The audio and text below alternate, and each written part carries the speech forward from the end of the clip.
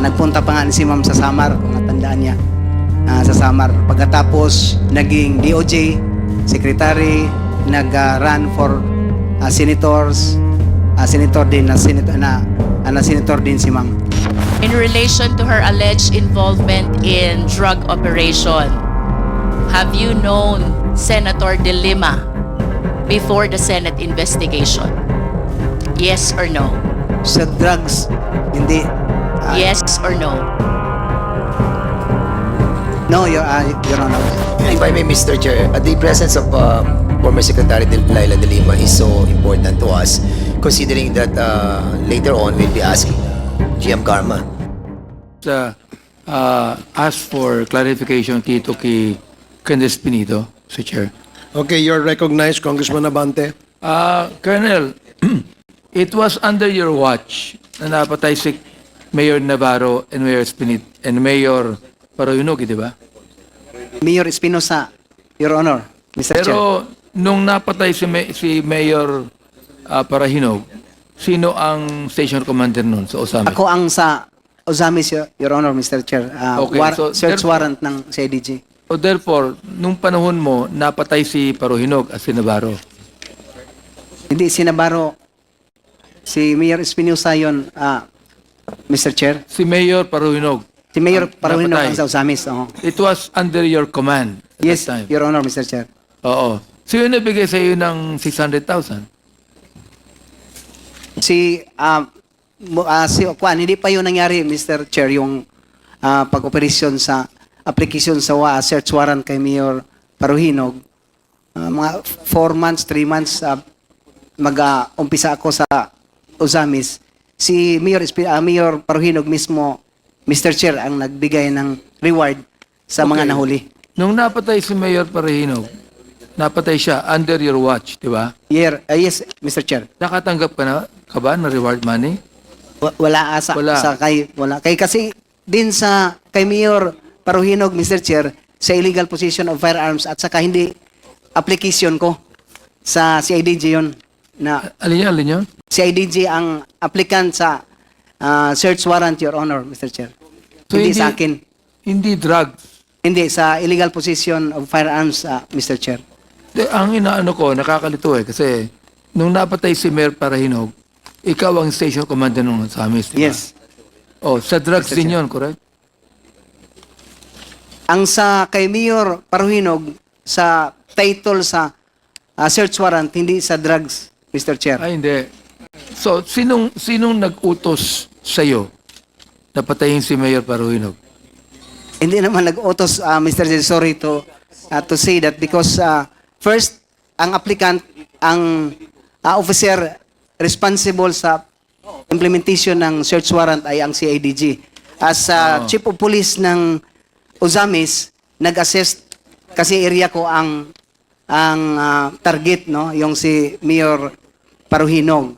So nagkataon na kami ang nandyan assign, so sinama ng CIDG as applicant ng search warrant, Mr. Chair. At nanlaban si Parahinog kaya napatay. Doon sa implementation kasi nabiruan, may natamaan din kami, investigator ko, Mr. Chair, sa first burst of fire ng pagpunta na namin sa bahay. That is a simultaneous for 6 na search warrant na na-implement doon sa Parohinog na Hindi ba siblings. si Mayor Navarro napatay din? Si Navarro namatay sa Cebu yun, Cebu. Mr. Chair. Sa Bacolod na ako na-assign. Okay. Thank you, Mr. Chair. Yun lang. Thank you, Congressman Abante. Mr. Chair. Congresswoman Jinky Luisto. Very quick. Very I quickly. was listening to the interpellation of the Honorable Teves, and I want to clarify for the record the answers of Colonel Espinido. Colonel, were you the one who introduced Kerwin to Ronnie Dayan? Yes or no? No, Your Honor, Mr. Chair. Before the Senate investigation, have you personally known Senator Leila De Lima? Yes or no? Yes, How? Your Honor. Na siya naging head ng CHR, Commission on Human Rights, when I was assigned in Leyte. Nagpunta pa nga si Ma'am sa Samar, kung natandaan niya. sa Samar. Pagkatapos naging DOJ secretary, nag-run for senators, senator din na senator din si ma'am. In relation to her alleged involvement in drug operation, have you known Senator De Lima before the Senate investigation? Yes or no? Sa drugs, hindi. Yes or no? No, Your Honor. Before the Senate investigation, have you known Kerwin Espinosa? Yes or no? Yes, Your Honor. How? That he is involved in illegal drugs together with his father. But in relation to the alleged transaction with Senator Leila De Lima, have you known Kerwin Espinosa before the Senate investigation? I don't know. Yes Your Honor. or no? No, Your Honor. Before that Senate investigation, Colonel Espinido, in relation to the alleged involvement of Senator De Lima, have you known Ronnie Dayan? No, Your Honor. There's also a testimony coming from Kerwin Espinosa that you and him were instructed to talk with each other to make sure that your testimonies against Senator De Lima is consistent. Do you confirm this? Yes or no? I confirm, Your Honor.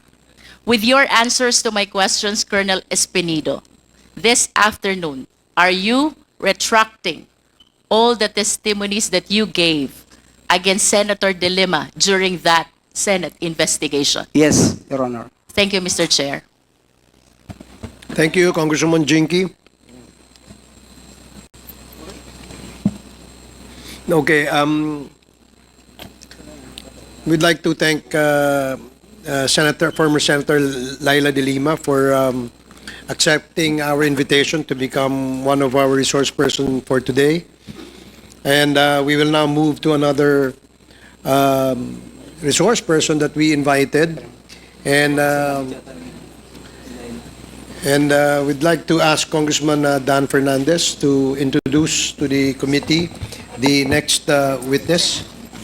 Okay, thank you so much. Mr. Chairman, before Chairman Dan will proceed, are we now excusing former Senator De Lima?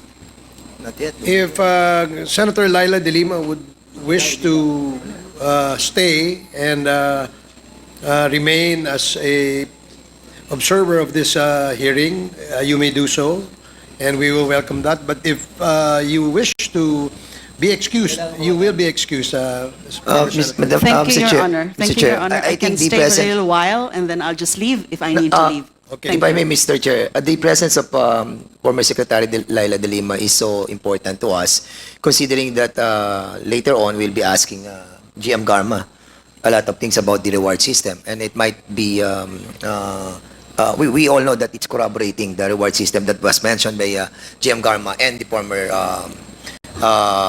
senator, and we haven't asked yet questions kay GM Garma.